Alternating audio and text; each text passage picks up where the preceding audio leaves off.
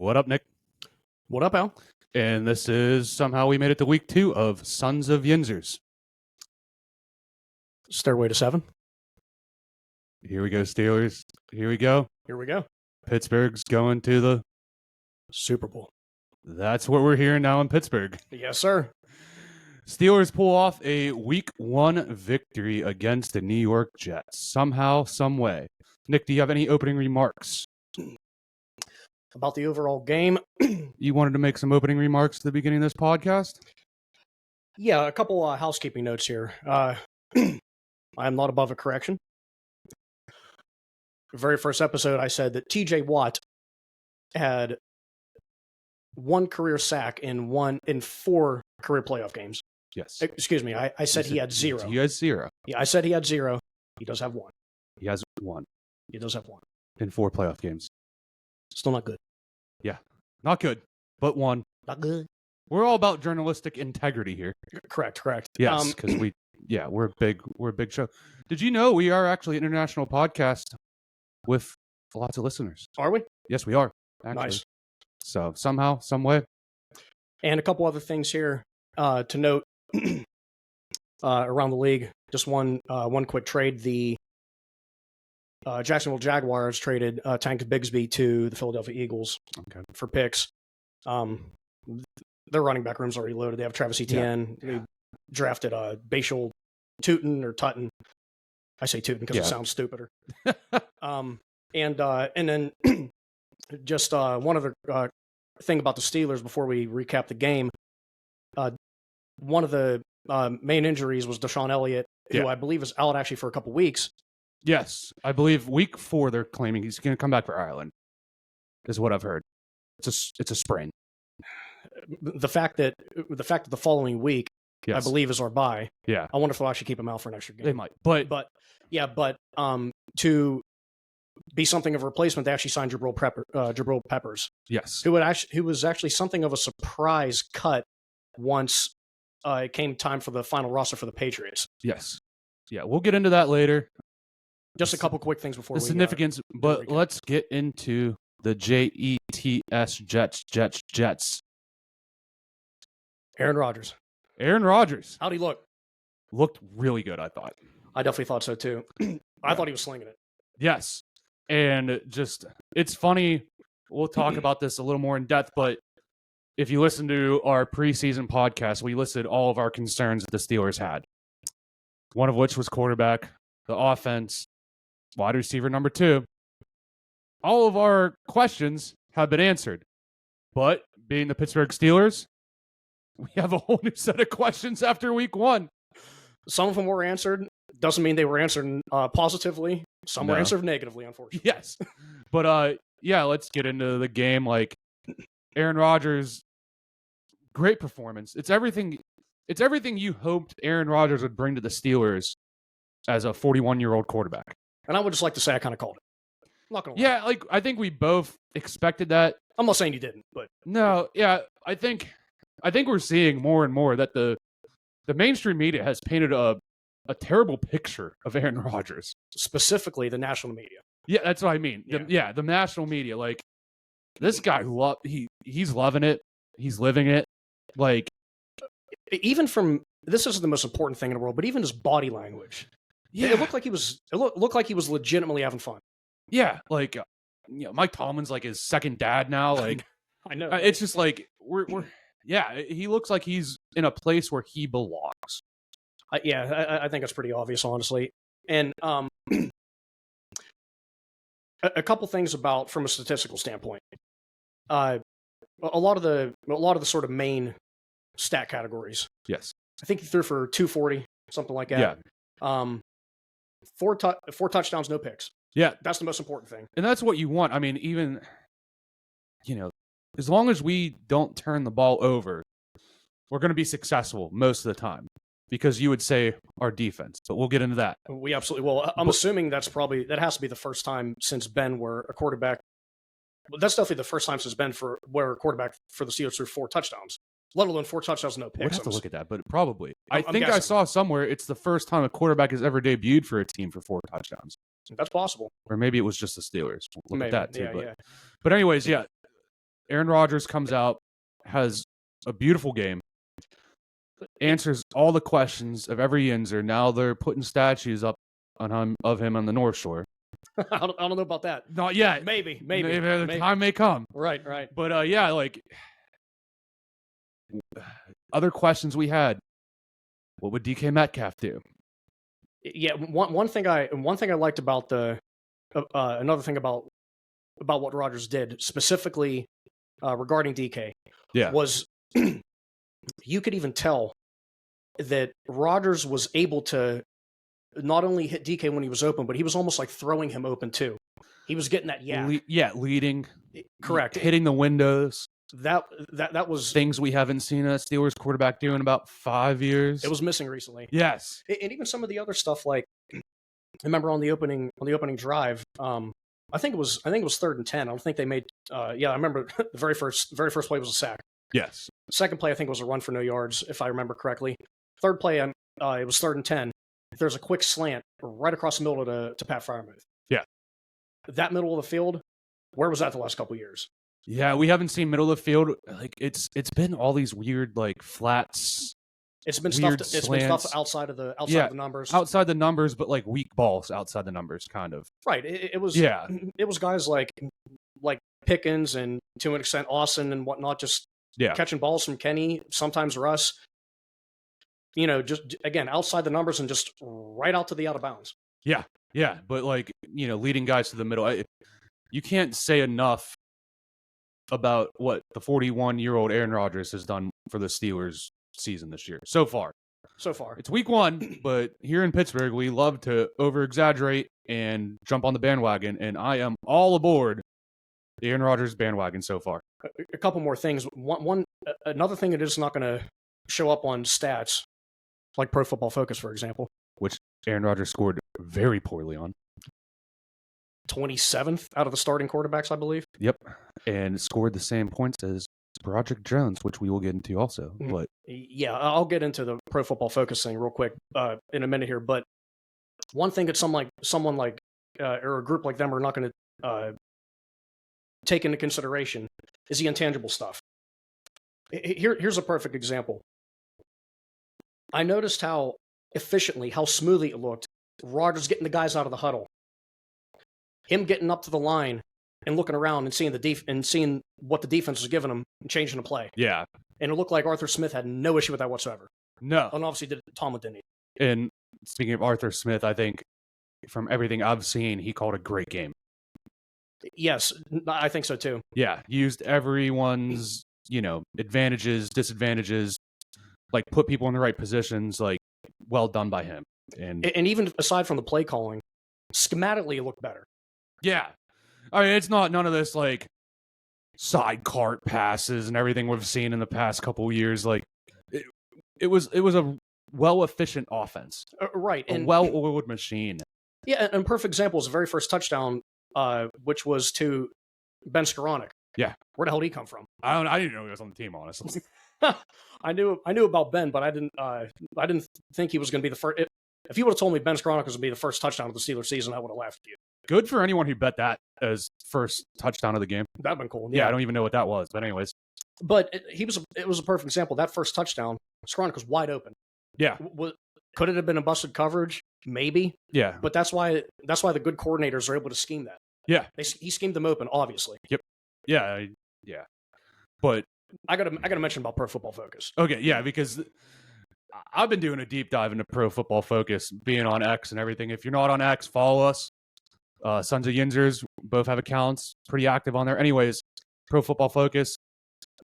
PFF, I actually do think does a lot of good stuff. They're very, very nerdy, very technical. Yeah. With basically every position. But the one thing, when it came to Rodgers, they had him, like we said, I believe, 27th out of the starting quarterbacks. Mm-hmm. Spencer Rattler and Bryce Young were rated in the top half of quarterbacks. Aaron Rodgers had 4 touchdowns. Yeah. Combined, those two guys had 1. Doesn't make sense. Rodgers had 0 picks, obviously. Yeah. Those two guys had combined 2. Rattler threw for none and none. Bryce Young had 2 picks, 1 touchdown. Make it make sense. Rodgers threw for his completion percentage, I should say, 70-some. Yeah. 70% is a good percentage. Their completion percentage, I believe, was 50-some and high 40s. You're throwing 40% of the NFL, you're not going to have a job very long. Take a guess what place in terms of passer rating, which I believe is the most important quarterback statistic. Take a guess what place Rodgers finished over the weekend passer rating wise. Top 3? 2. Only behind a guy named Lamar Jackson. Ooh. Spencer Rattler finished, I believe, 5th from the bottom. Take a guess where Bryce Young finished. Probably dead last. Dead last. Yep. That's all you need to know. Yeah, I saw. I don't understand it. I don't know the formula for it, but I saw Aaron Rodgers had 2 potential interceptions. Yeah, it's stuff like that. It's stupid. Yeah, I think all those statistics, analytics, they're a broad spectrum type of thing. Looking at somebody's career, Sure, shouldn't use them for one game, but anyways, yeah, it doesn't matter. Win's a win. Rodgers Here was in great, Pittsburgh, we win. That's all we care about. and Rodgers was great. And Rodgers was great. Yeah. But yeah, we have DK Metcalf. We didn't know how he'd perform. He was the star wide receiver that we've been hoping for. I think he finished with 80 some receiving yards. A lot of that was again, Rodgers getting him the ball and letting DK be the athlete that he is. Yeah. Catching the ball, running downfield, getting that yak. I love to see it. Yeah, I mean, it's what, and like no antics either, really. No. I mentioned this in the first episode. DK has had a little bit of that stuff in his career, but it's nothing major. But you're going to have it. You have a guy like DK, you're going to have it. Who has every right to be cocky. Yeah, I mean, you look like DK. Like, you have the athletic ability as DK. There's going to be some arrogance that goes along with that, which I don't mind, but he's not a problem. No. But it's funny, we mentioned DK, and then our big question was, who's going to be the wide receiver number 2? Who's our number 2 wide receiver? It was like, that's been our missing thing, for the past, ever since AB left, because we had Juju come out, be number 1. He sucked. Pickens couldn't handle the pressure of WR1, but we might have got our answer to it. Who? Calvin Austin. Put it this way, the Steelers definitely think so. But he did his job. He did. He had a touchdown. He had his touchdown. He had the yards. Like, he did his job. It was a great throw by Aaron, too, into the corner. Yeah, so, if we can just have the guys to take the pressure off of DK, it doesn't matter how good or, as long as they can take the pressure off him. That's all we need. And another thing, going back to Rodgers, I think six or 7 different players, receivers, tight ends, DBs, or RBs, whatever, caught passes. So I think what we kind of refer to that again in the opening episode, where it almost be like a sort of wide receiver 2 by committee. Yeah, if you will. yeah. Which I think that's one thing of Aaron Rodgers seeing the whole field. He's not focusing on like 1 and 2, and that's it. He knows his reads. He has a wide. I can't imagine what his vision's like. Aaron Rodgers, I don't think has gotten anywhere near enough credit throughout his career for the football mind that he has. Yeah. I mean, his vision, he probably knows where everyone's going to be at. He's seen literally every defense there is to see possible. Yeah.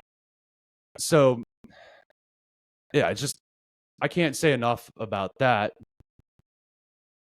What about moving on to the running backs? So, that's going to be controversial because is it the running backs or is it the offensive line? Because I have a statistic for you that'll blow your mind. Oh, God. All right, let's hear it.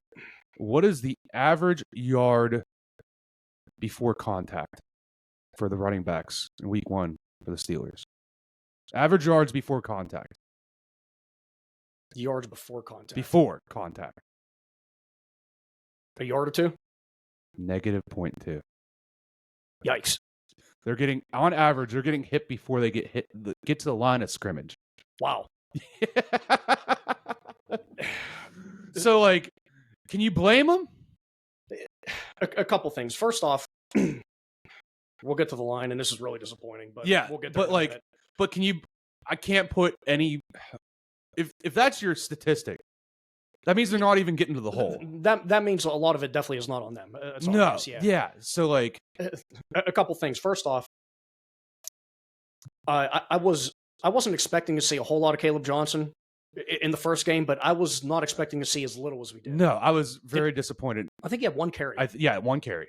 For what, -1 or 2 or something? Give that man it can't be any worse than what we got. Well, and speaking of which, I was really surprised to see them using Kenneth Gainwell as much as they did. Yeah, where did he come from? Like, I mean, I know he was on the team, but I thought he was going to be the number 3. I thought we wouldn't even see him. I definitely thought he was going to be something like what Jaylen Warren was a lot last year, like the third down back who's Rodgers was going to throw screens to and that kind of crap. Yeah, I mean, I figured it would be Jaylen Warren, Caleb. But to be fair, and I don't know the numbers on this, if I had to guess, I bet from an efficiency standpoint, I bet Gainwell actually probably had the best maybe average yards per carry. Yeah. Out of the 3, well, I guess probably just 2 backs. We'll just keep it with him and Warren for all intents and purposes. Yeah, I know. I was expecting Jaylen Warren and then Caleb Johnson and then seeing Kenneth Gritwald for like Gainwell, whatever. Griffin. Yeah.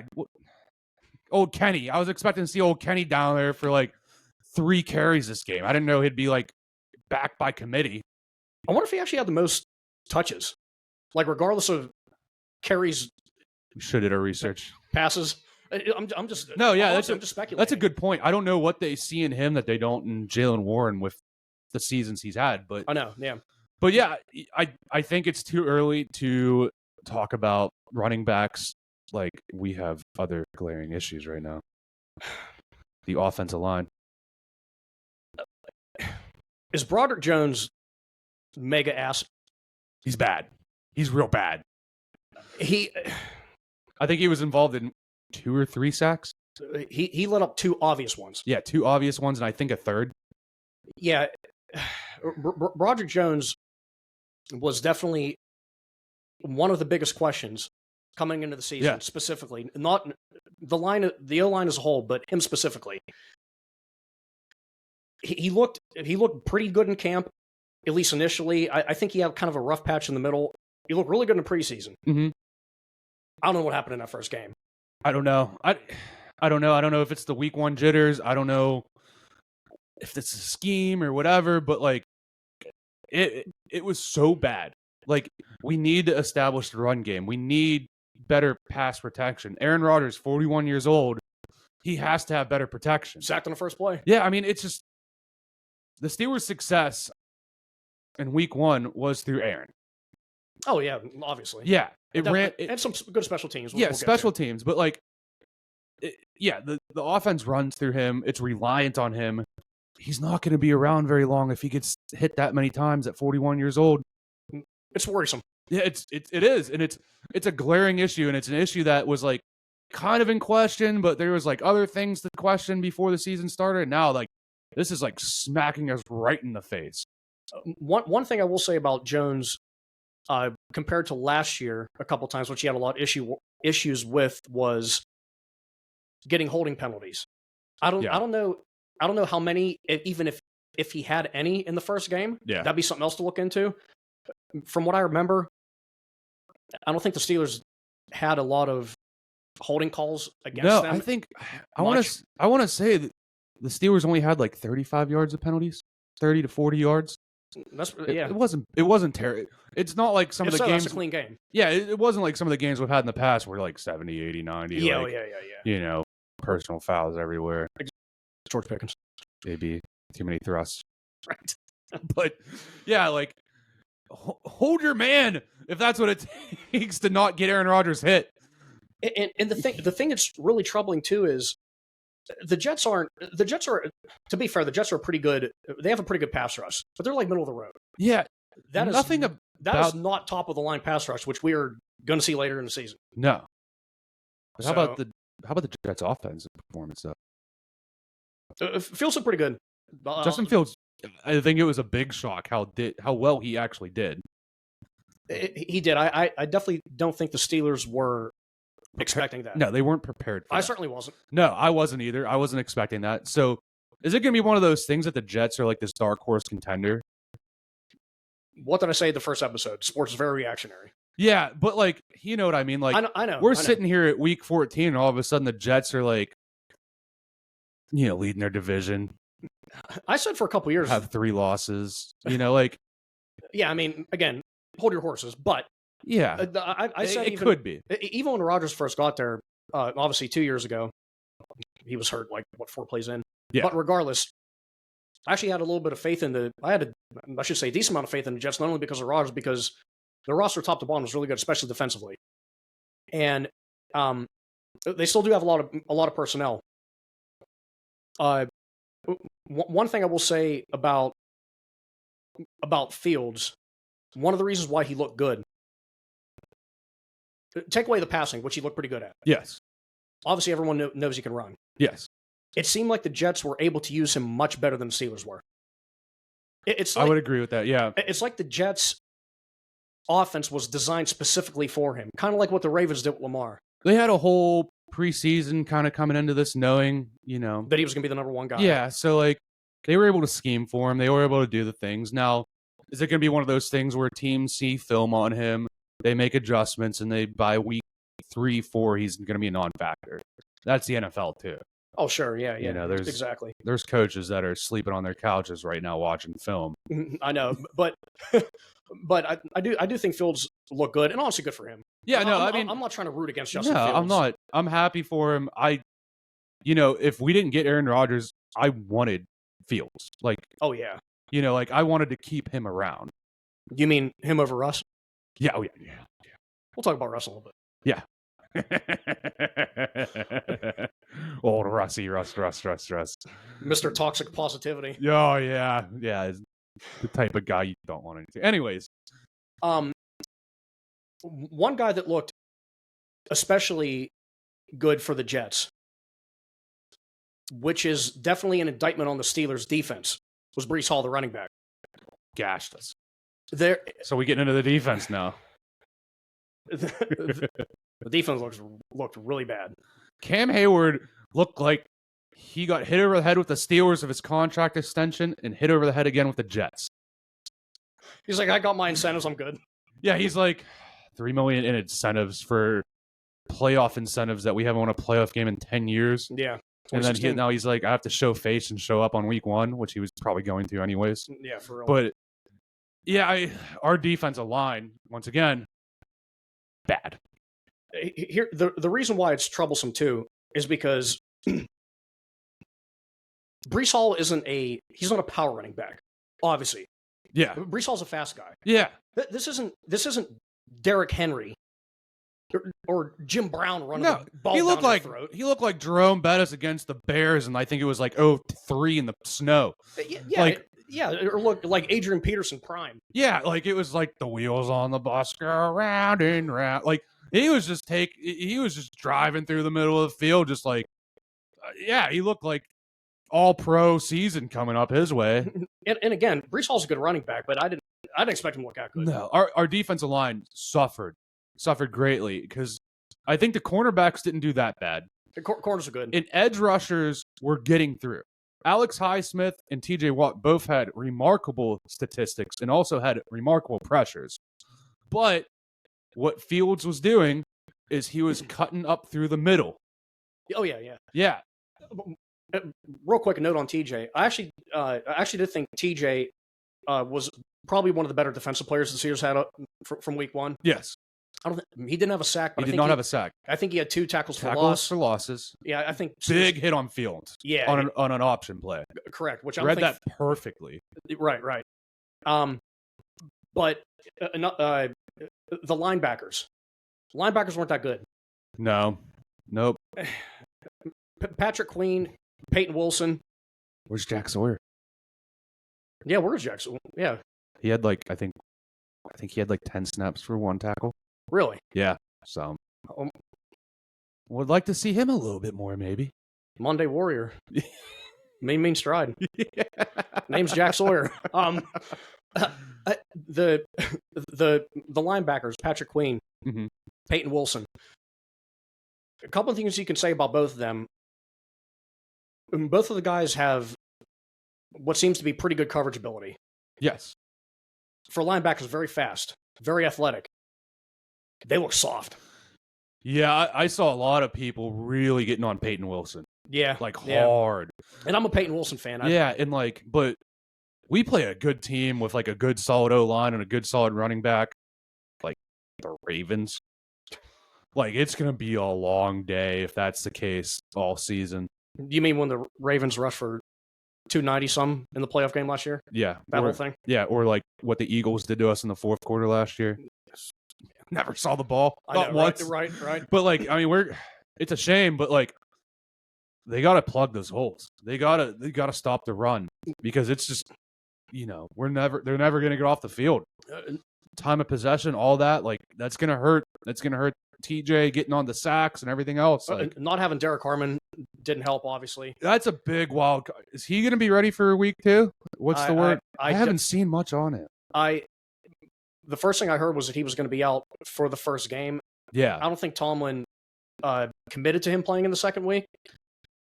Even if he does come back as one guy, especially a rookie, is he going to fix everything? Obviously not. Yeah. But, of course, it didn't help. You know what the injuries are saying? What's that? Deontay Washington. Put him at defensive guard. Darnell. Sorry, Darnell. Deontay. Darnell. I was thinking Deontay Johnson. DeAndre. Yeah, Darnell Washington. Put him at defensive guard or left tackle on the offense. Which, speaking of, that's actually, I'm glad you mentioned that.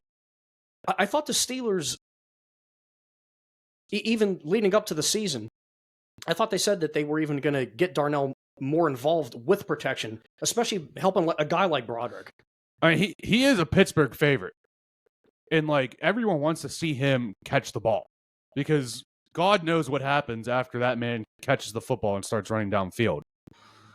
But I was hoping to see more, like I said in our previous episode, more bunch, tight end setups. Get that added protection in. Mm-hmm. You do the push off and then, like, go out, but like get that initial pass protection packages in there. Run the ball. You have the meat at the tight end position to do that, and I didn't see much of that. If I had to guess, aside from using Darnell in whether it's protection, going out for the passes for the catches, I'm guessing he played by far the least amount of snaps out of the three. Oh yeah, I would assume so. Yeah. Well, obviously, John, who had the touchdown, was like a touch pass. Firemuth had a decent amount of yards, but yeah, I thought they were going to use Darnell more, and I'm kind of upset that he didn't. While we're on the defense topic, Jalen Ramsey. God, it was beautiful. I mean, brings us back to memories of days of old. It was honestly it's one of the most Steelers hits in the history of Steelers hits. Yeah, I mean, this guy, I saw he had a questionable game up until then, but that hit at that time, that's what an elite defense does. That's what an elite player does. Seizes the moment, takes the ball away, the hit at the end of the game to, turnover on downs and the fourth down there. Just, that's everything you want. Speaking of that, I think another reason, I think one of the reasons why Jalen Ramsey might have been sort of up and down throughout the game is once Porter got injured, Elliott was injured. I think they were asking Ramsey to be the sort of Minka. Yeah, who obviously for whom we traded him. He played safety. He played cornerback. That's what I mean. Everywhere. He was in the blocks. Yeah, so I mean, probably putting him in positions he wasn't all that comfortable with the schemes, but that's what elite players do. That's what the TJ Watts of the world do. You get a sack at the end of the game on fourth down when they're going for it to keep the chains turning. Jalen Ramsey gets the big hit when he needs to. Dislodges the ball. I mean, that man's bringing his hard hat and his lunch pail to work every day and slugging it out down there. Like a true Yinzer. Like a true Pittsburgh Yinzer. He probably went and did a shift at Clarendon Mill after that game. That could be problematic. Yeah. But no, like that's what you want. Actually, when I saw that hit, I'm like, oh no, they're going to throw a flag. Oh, well, what I was thinking was that initially I was thinking, oh, they got the first down, so they actually might have been in position to win. Nope. Yeah. No, I'm like, yeah, no, my initial thought was, well, the clock's turning. Right. And then the ball came out. I'm like, wow. But no, I was like, it was a perfect textbook spear, shoulder into the gut. Yeah, but I was waiting for that 2025 Roger Goodell flag to come in, and unnecessary roughness, defenseless receiver. Oh, that would have been the most anticlimactic thing in the history of history. I was waiting for it, but no, like that's what you want. So our questions with the Steelers right now really lie with the defense, and offensive line, for the most part. You know, the one person for whom there is no questions, Chris Boswell, the serial killer. Allegedly. I said in our last podcast that Chris Boswell might be the best kicker in the NFL. He's basically Justin Tucker, sans massages. I think he might be one of the best kickers ever. I mean, statistically, he's honestly probably up there. I think he's the third most accurate kicker ever right now. For real? Yes. Honestly, I wouldn't be surprised. He might, if he has if his career keeps going, he might go in the Hall of Fame as a place kicker. What the frig was Mike Tomlin talking about when he referred to him as a serial killer? I have no idea. Because he's cool, calm, and collected, but like ice in his veins. Yeah, but like think of something else, you know what I mean? That boy's a serial killer. But no, like to hit allegedly Steeler, his personal record, Steeler record, game winner pretty much, sometime in the clock, but like you need to hit this to win. And he nails it. Probably from it was good, easy 65, easy. I was gonna say 70 maybe. Like over 65 for sure. A couple stats. Obviously, that was his career long. 59, I think, was last year. Yeah.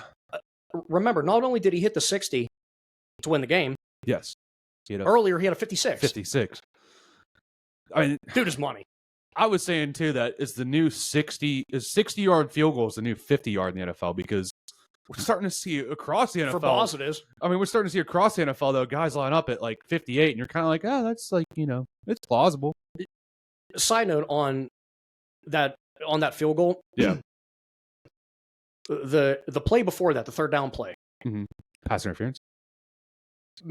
Maybe. Was the referees actually going to call that in that kind of situation? Probably not. Don't be that guy. Right. Like, no. Not me. It's like, no. I'm not. Wasn't enough. One thing I did like about the Steelers, though. Yeah. And this is obviously the case where you're going to have a guy like Aaron Rodgers. Instead of doing get the 4 or 5 yards. Yeah. Instead of going for the sticks, he's like, I'm going to get him with the dagger. I'm going right for the throat. Well, you know what that's confidence too, because the guy, his man was open. He threw the ball. Right. Where quarterbacks in, say, the past open-ish, but yeah. Yeah, but the quarterbacks in the past 3-4 years are like, I'm not doing that. No, again, they'll do a handoff for a yard. Yeah. Or a loss. Yes. Or a quick 3 or 4 yard screen pass or some slant across or whatever. Just play, play it safe. Play it make safe. It a little bit easier. Let's get 2-3 yards, get him a little bit closer. Right. Aaron Rodgers is like, nope. Hold my balls. Tomlin's probably thinking, Rodgers, if you don't make it, it's all right. Balls do it. Yeah, no, but that's something that we haven't seen in a few years. It's just that's a good example of what Aaron Rodgers brings to the Steelers is that confidence and to make that throw in that situation and like just have no cares. Oh yeah. And again, obviously, when you got a guy ready to kick like Chris Boswell. Yeah. No any other words on the Steelers' performance? I think we pretty much covered the first game for the Steelers. Yeah, I think just a general analysis of it. I think this is a game in the past few years the Steelers would have for sure have lost. Yes, they wouldn't have been able to put up those points in that situation. Yeah, I think they lose that game. I'll agree with you to an extent. I will push back on the idea that they would have lost just because of the points, simply because the Steelers are kind of like the Steelers in recent years have been kind of like the Chiefs of last year, where they always find a way to win. Even if it wasn't pretty, they were always able to make that. We actually didn't cover this, but real quick, the big special teams play. Yeah. I believe it was actually Kenneth Gainwell who we mentioned earlier. Yep. Stripped the ball out, and Ben Skoranek get the touchdown, get the fumble recovery. Funny stat about that. First running back since 2001 to strip a ball for the Steelers. Super random. That's really random, yeah. I don't even remember who it was. Don't ask me. But yeah, first running back. Jerome Bettis. No, it was some special teams guy that was probably a third stringer. But anyways. Practice squad guy. Yeah, but but Mike Tomlin has a way of finding wins. He has a way of finding 500. Oh yeah, I mean, but like no, I don't know. It's just I think those are that's one of the games where we just wouldn't have been able to compete. We wouldn't have the confidence. I think we've seen games before where we're like we get behind, and I think the Jets would have put us behind, and then we're fighting from behind, and we like get close, but we don't win. And I think that we just kept, stride for stride with the Jets in what I think is a bad game for the Steelers. Maybe not offensively. I think what's going to happen after this game, I'm not worried about the defense per se. I think our defensive line... defense will be better. The defense will be better. You have guys like TJ Watt, Cam Hayward. As bad as maybe some say Cam played, but these are all pro veterans. Cam will be better too. That are going to find a way to win. Mm-hmm. So, like, I'm not... Week 2 will tell the tale. I do see what you're saying. They're gonna figure out the way, to get the defense better. I do see what you're saying, and let me give you just a simple stat that I think is actually going to either prove both of our points or disprove both of our points. Very similar to the Steelers of the last couple of years. The Jets finished with, I think, 390 some yards total offense. Steelers finished with, I think, 275 or something. Yeah, and the Steelers still won. Yeah, outgained again. Oh, every statistic, it was, the Jets beat us. But again, we had the big turnover. Yep. Big turnover, found the way to win. Special teams. Old Danny Smith coming in through the clutch. Him and his bubblegum. Yeah, I mean, but that's what championship teams do, is they control the ball efficiently. Special teams. And if we just sprinkle in some defense in there, which we have. Vince Lombardi, here we come. Stairway to 7. And obviously, we have to monitor the injuries, but that's something every team's going to go through. Every team's going to go through. Just, let's just keep the main guys healthy. Anyways. We'll preview the home opener in a couple minutes. Yeah, but happenings in the NFL this week. A lot of things happened. We think we found out who some people aren't, who some people are. Let's play a game. Okay, let's go. What is the difference between the Las Vegas Raiders, the LA Chargers, the Denver Broncos, those three together, and the Kansas City Chiefs?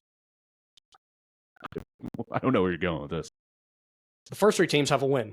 Kansas City Chiefs do not. The Chiefs are last in the AFC West. That is hilarious. And also, I said before, I predicted this would be a down year for the Chiefs. One of our local radio personalities actually predicted the Chiefs to outright miss the playoffs. I think that's a stretch. Who knows? Who knows? I mean, I think it's a down year, like I said, for them. It's week 1. We're overreacting. It's very reactionary. They looked a little... Watching that game, they were not firing on all cylinders. No. Travis Kelce's thinking about his mansion, planning the wedding. Patrick Mahomes is, who knows what he's doing, but... Yeah. At least Travis Kelce did have a touchdown in the first game. Yeah, he did. But the one thing that I never would have expected with the Chiefs, especially playing another team in their division, is for them to be outcoached. Yeah. The Chargers looked much more prepared. Justin Herbert's a dog. Justin Herbert is a top 5 quarterback. Yeah, he looked really good. Justin Herbert is the number 5 quarterback of football. Looked really good. Yeah, the thing about Justin Herbert was he just never had the personnel around him. No. The Chiefs. Again, it's week 1. Are the Chiefs going to get better? Yes. Andy Reid, obviously they're going to get better. Spagnuolo. Yeah. No, they're going to get better. I mean, we're not going to see the Chiefs go like 4-13 or something like that. Obviously not. No, but they just, how about the Bills? You want to get to the Bills now? I mean, we covered, AFC games. Yeah, the Bills and the Bills and the Ravens were definitely the opening game of the game of the opening week, I should say. Yeah, it was the game of the week, and Josh Allen slinging it, Lamar Jackson slinging it. Yeah, Do you remember what the score of that game was in the fourth quarter with like 3:50 left in the game? I believe the Bills are down by 15. Yes. So it was like 30-15, I believe, or something. It was something like that. Well, the final score was 41-40, I think. Oh boy. Okay, I was thinking threes instead of fours. But Either way, so it was like 40 to 25, give or take. I mean, I fell asleep. I'm like, this I didn't game's watch it. over. Oh yeah, But yeah. like, coming back, Lamar Jackson, for some reason, as good as he is and the number he puts up, can't find a way to win sometimes. I think it's a bit unfair simply because I think it says a lot more about the Bills than it did the Ravens. Yeah, I agree with that, but I've been highly critical of Lamar, not for his performance, but his ability to win. Like I said earlier when I was talking about Rodgers, Lamar had the best technically he had the best passer rating of anyone. Again, I know that's a purely statistical thing. But it's like everyone's saying Ravens, Super Bowl. I've seen that a lot. I'm saying no chance. We both had the Bills. Nope, both had the Bills. But like I think this proves our point. It does. But like people are saying, does this give you pause for the Bills because they were down? No. For me, if anything, it makes me more certain that they're going to be that team, kind of like we were talking about the Chiefs of the Steelers of a couple years ago. Yeah. The Chiefs last year, they might be that team where they're just going to find ways to win. Yeah. Speaking of can't finding ways to win, how about them Brownies? 17-16, I think. 17-16. Missing a chip shot of a field goal to go ahead late in the game. Yeah. We have quite a few listeners from Cleveland. Did you know that? Do we? Yeah, we do actually. Some of which commented on our performances on this podcast. But I'm here to say that the Browns always find a way to lose somehow. Oh, the Browns suck. I said that in our first episode. The Browns suck. They continue to suck. But what does that say about the Bengals? If I'm not mistaken, I think it's a real stat. Okay. I think the Bengals had single-digit yards in the second half. So is the Brown defense that good? The Bengals in week 1 are the Bengals in week 1. It's very simple. The Bengals, as great as Joe Burrow has been, and he's arguably the best quarterback in football, arguably. Yeah. The Bengals always are terrible basically for the first week or two. Had a very slow start last year, I believe, too. Oh yeah. And to be fair, I was going to say last year Burrow was hurt at the beginning. Maybe it was the previous year. Either way, they all start out slow. Yeah, but the fact that the Bengals were considered to be this sort of powerhouse offense again, which I believe I had no reason not to believe that. Yeah, when you got Burrow and Chase and Higgins and all these guys, Steelers should have an elite defense too. Chase Brown, who was the only person to score a touchdown for me, I believe, in fantasy. Speaking of fantasy, Nick, I don't want to talk about it. Funny coincidence is me and Nick played each other in week 1 for the 4th straight year, I believe, and I beat him handedly. You finished with the best point total out of anyone in our league. That sucks for you. And it sucks for football because the fact that you finished with $133 or whatever it was is an indictment on how bad a lot of the teams and a lot of the players that we were expecting. I get what you're saying. You know what I mean? Saying. The lack of offense there, This I don't know if we're getting too much into fantasy, but it was a very, very weird week for fantasy. No, we're not really fantasy guys. No. We like the analytics and the and the grind of it all. Well, speaking of that, the Lions looked the Lions looked terrible. Not as bad as a particular team, which we'll get to in a minute. Lions look really bad. Yeah, Dan Campbell. I can't imagine. I love Dan Campbell, but I was just gonna say I can't imagine what practice is like with him the week after a loss like that. Oh, he's bringing out the paddle. Corporal punishment. I mean, I'd hate to be a door in the Lions facilities, after that game. That's about it. Or drywall. The Lions. I forget what the score was leading up to the end. The Lions scored their lone touchdown at the end of the game. It was garbage time. Yeah, it was, but it was a ridiculous catch by Tesla with 2 A's. Isaac Tesla, some scientist or physicist or something. But no, I just was not expecting that. No, and the one thing that I will to say about that outside of the Lions were the Packers, who I thought a lot of people were a little bit too high on initially. Yeah. Looked really good. Yeah, Jordan Love. Yeah. Yeah. Who I said I said in the opening episode, I said I'm not sold on him. Maybe he's gonna. I said maybe we'll prove me wrong. Maybe we'll. Yeah. Yeah. How about those Dolphins? I'm seeing some people say that was one of the worst football performances of all times. The Lions played the Colts. They were so bad, they made Daniel Jones, Danny Dimes himself, look like the second comic of John Elway. Yeah. Yeah. I wonder how. At this point, I don't think it's a matter of if, but a matter of when Mike Daniel, the Lions coach, is going to get fired. Yeah. I think it's that bad. Oh, Mike Dolphins. Mike McDaniel. Yeah. The Dolphins head coach. Yeah, you said Lions. But anyways. No, you're good. You're good. I mean, Mike McDaniels, I mean, love the guy. Love his swag. Love the outfits. But, I mean, if I'm Tua, I might just go head first into a defensive player. So bad at all. Tua, well, maybe that's a conspiracy. Maybe Tua looked like complete ass intentionally, so he could just ride off into the sunset. I don't know if it's riding off into the sunset, but calling it quits. No, yeah, it's just like let's look. I mean, intact. Listening to a certain podcast that I don't know if I can say on here or not, but like based out of Indiana. They're thinking that the Indianapolis Colts are going to the Super Bowl. I mean, they're like rejoicing. It's week 1, but I mean, I think the Dolphins just like, it's like if you took Flipper and took his fins off. Look, did Daniel Jones look good? He definitely did. Yeah.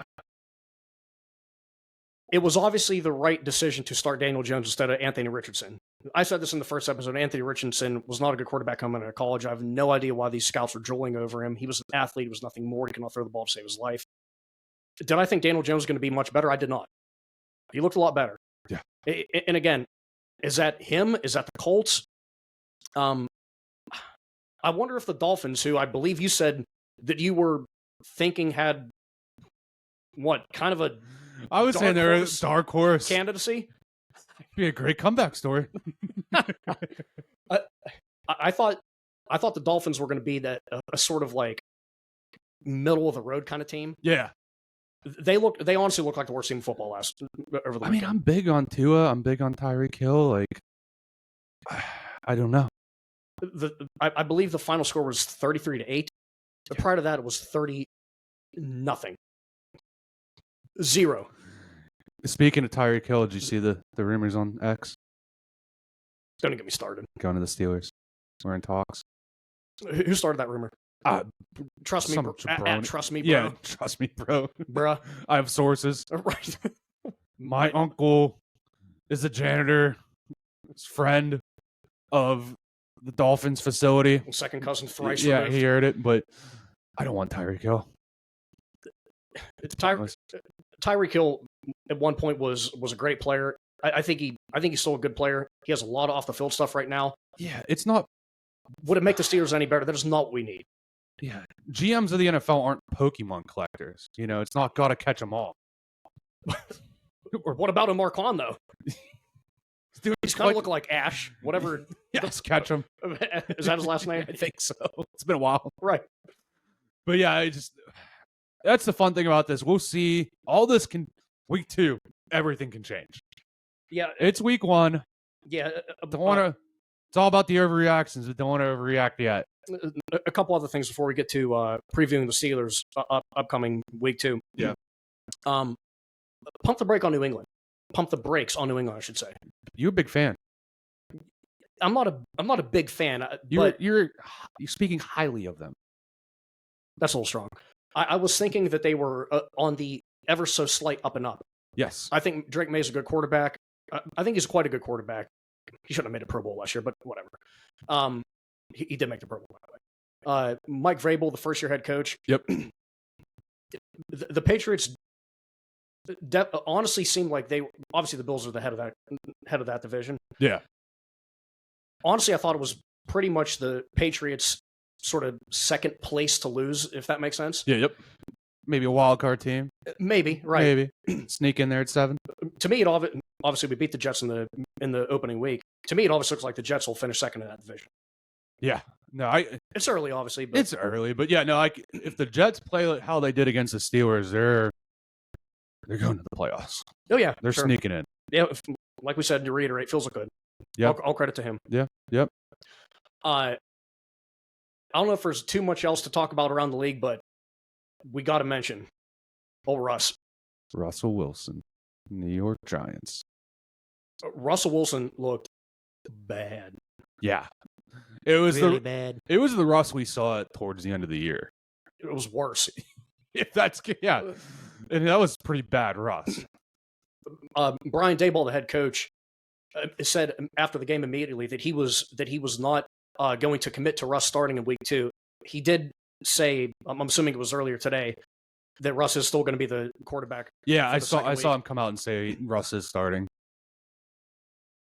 Before the first week, I think to the surprise of most, Jackson Dart, the rookie, was actually named as the 2, not Jameis Winston.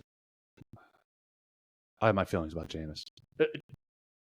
Jackson Dart will be the week 1 starter by week 5 at the latest. Yeah, he'll be the QB1 by week 5. At the latest. At the latest. Yeah, if Russ plays even slightly better than last week, they'll probably give him another shot. If it's one of those things where his stats are just like okay, but they don't, but the ball isn't, but the offense is moving up and down the field, that kind of stuff. This, like, remove all the stats and all that kind of crap away. Then maybe they'll give him another shot. If it's obviously if it's worse, he might be the starter week 3. If it's even as bad, it'll be week 3. It'll probably be week 4. If you see him next week. Yeah. 2 interceptions all of a sudden. Right, yeah. And one other thing about Jackson Dart, I would just like to say I think that Jackson Dart was the best quarterback of the class last year. Which was a bad class. Right. Cam Ward was drafted number 1 overall. I thought Jackson Dart was a far better quarterback, but regardless, I think he was still drafted, I think, in the first round towards the end. I'm so glad we don't. I hope their season doesn't get to the point where Jameis Winston's starting. Oh, God. Because I know some people love it, but those pregame speeches and those postgame interviews, I want to turn the TV. I want to crawl in a hole. Oh, he's a goofball. And hide. Oh, yeah. And people think that he's like this inspirational, like charismatic guy. I'm like, oh, look, now he's a philosophizer. I'm like, if I was a professional football player with him on my team, I'd be like, they're like, bro, what are you doing? Yeah, like, stop. Like, who are you? Yeah, stop. Can you imagine having no, speaking of Russ and his toxic positivity, can you imagine Russell Wilson still sucking ass for the next week or 2, and then him basically like he did with the Steelers last year, like rallying the team, like, come on, boys, we could do it. We still got it in us. And the teams would be like, dude, you suck. Can you imagine the scripted? Sit down. Can you imagine the scripted interview he'll get when Jackson Dart starts? He's like, I'm just here for the team. I'm here behind Jackson. I'm here for whatever he needs. I'm here for the Giants. Yep. I'm here for whatever the team needs. I can now transition into the support that Jackson needs with his career in the rest of the season. Like, I was wondering what you were going to say when you said transition into blah blah blah. Well, if Russell Wilson keeps playing like that, I wouldn't put anything off the table. Right. But no, yeah, it's just I think the Giants are going to be one of the laughing stocks of the NFL this year. The Giants were never a model of like NFL like pedigree, like the Steelers are. No, but like I'm saying, like every year I feel like there's an NFL team that you're just like, I can't believe like this is happening. Well, what I was going to say was, out of the 2 New York teams, them and the Jets, I always thought the Jets were the dysfunctional team of the 2. Yeah, the Jets have been in and out of the playoffs. Yeah, we had that AFC Championship game against them, correct?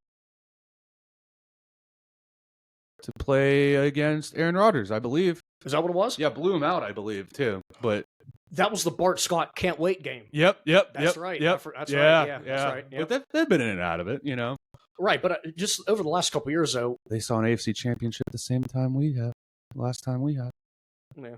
The Sanchez, Mark Sanchez, the fumble, the butt fumble. But anyways, yeah. So the carousel of the NFL just keeps going and going, and it'll be interesting to see what happens this next week. How about before we get to the Steelers preview of the home opener, week 2? Yes. I would just say one thing to mention. I would say probably the game of the weekend next week is the Eagles and Chiefs at Kansas City, I believe. Super Bowl rematch. That'll probably be the game to watch. Yeah, and I hate to say it, but Chiefs starting the season 0-2. I thought about that immediately. Yeah, like they're starting the season 0-2 for sure. I believe the Chiefs opened as dogs. I think they actually swung. I think they were 1.5 point under. Now I think, or 1.5 point underdog. Now I actually think they're 1.5 point favorite. Really? Are they playing at home? They're playing. I believe it's at Kansas City. Yeah, when you get the 3 point favorite being at home, like Yeah. so it's an even. It's an even. I think that's from what I saw from both teams. There's no question in my mind that the Eagles win that game. It'll be a good game to watch, though. Fun will, game.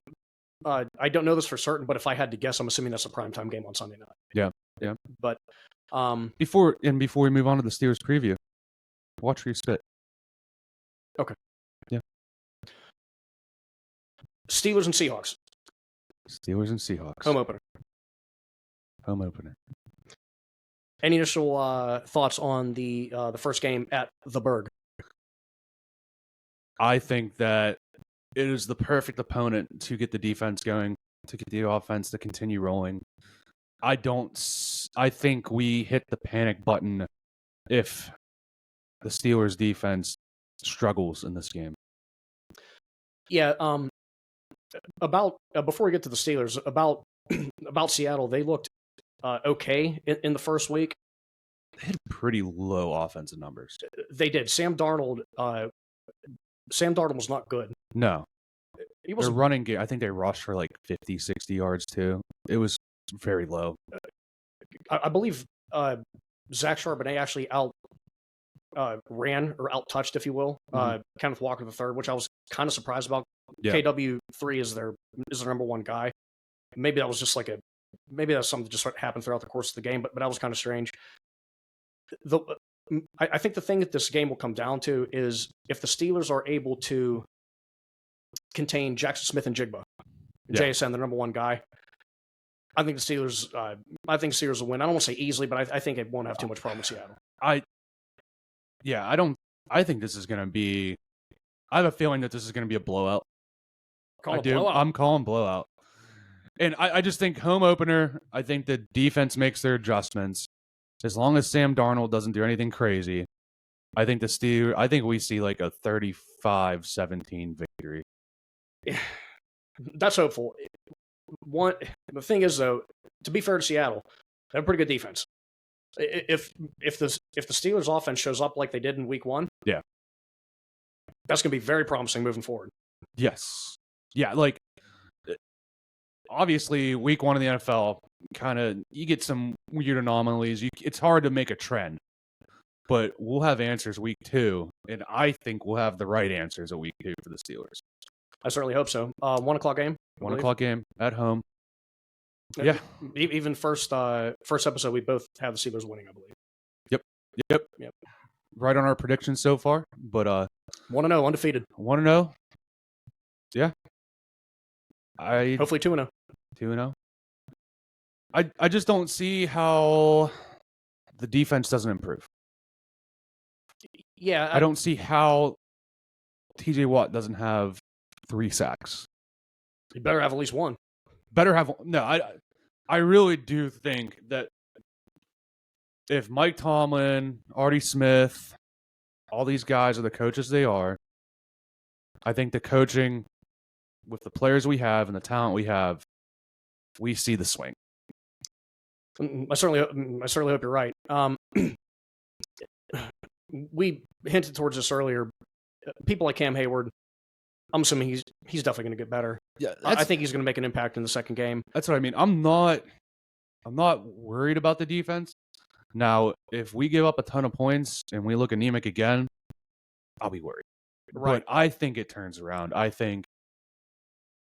But also, too, the Steelers have always, especially defensively, peaked way too early in the season. Is this maybe a good thing? That we're going to slog through the first couple games and start peaking towards the end? Because that would be a beautiful change from the past 3 seasons or so. On the defensive side of the ball. That's very possible. And I think another reason why that is more probable than it is simply possible is because the fact that the offense in the first game, led by Rodgers, obviously, was able to actually put drives together. Yeah. There wasn't a ton of 3 and outs, getting the defense on the field for much longer than they should have been, that kind of stuff, which I think really hurt the Steelers the last couple of years. Yeah. If they can just establish the run, I think that with our offense and the defense, keeping the defense fresh, and the way we're able to move the ball, it's a lot of quick passes. It's a lot of different things that we use week 1. But if we can keep that time possession up, if we can hold on to the ball, make those really long drives, the Steelers are going to set themselves up for great success. 100%. But I hope that Arthur Smith has a sense of humor. He should come out, Heinz Field, Steeler Nation going crazy. We got Aaron Rodgers. He needs to pull like a Todd Haley 3 rush. First 3 plays of the game, rushes. The Yinzers in the crowd would be going crazy. And then they end up rushing for like -2 yards. And then shit hits the fan. I mean, but that's what we've seen. Honestly, that's what we've seen in the past, though. Yeah. It's been three weird handoffs, 2 weird handoffs, and then a weird screen. And then we're sitting at our own 25 still. I'm putting the punt team on, and we're like, well, okay. Well, the common thing with the Steelers over the last couple of years, I hate to admit it, but with Kenny, has been 2 runs and a pass on 3rd and 10 and a punt. Literally, that's it. Yeah. And some of his passing yards are those weird side cart passes that are handoffs, but count as a pass. Right, that kind of stuff, yeah. But no, I'm calling blowout. You're saying Steelers win, it's going to be close. I'm going to say, so I didn't think the first game was actually going to be as low scoring as a lot of people thought it was going to be. I think it was the lowest, what do you call it, point total over under? Over under on points, yeah. I think this is probably something in the vein of 24-20. 24-20. I'm going 35-17. I hope you're right.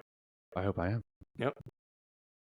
Anything else you want to get to for week 2? No, I think that's about it. Okay, definitely looking forward to the home opener. Yeah. It is going to be pretty cool to see Rodgers run out of the tunnel. Yeah, Heinz Field. Yeah. Yeah, I mean, like, sweet. Yeah. How many people would have ever thought in our lifetimes would be seeing that? Like I said, opening, regardless of what you think about the guy, it's still pretty crazy he's our quarterback. It is crazy, and I'm all for it. Oh, 100%. Yep. Love it.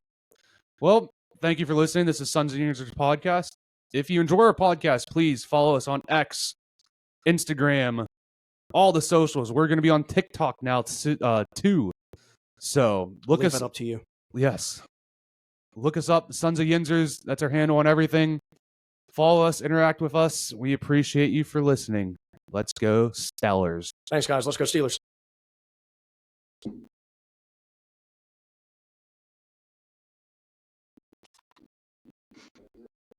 Nice.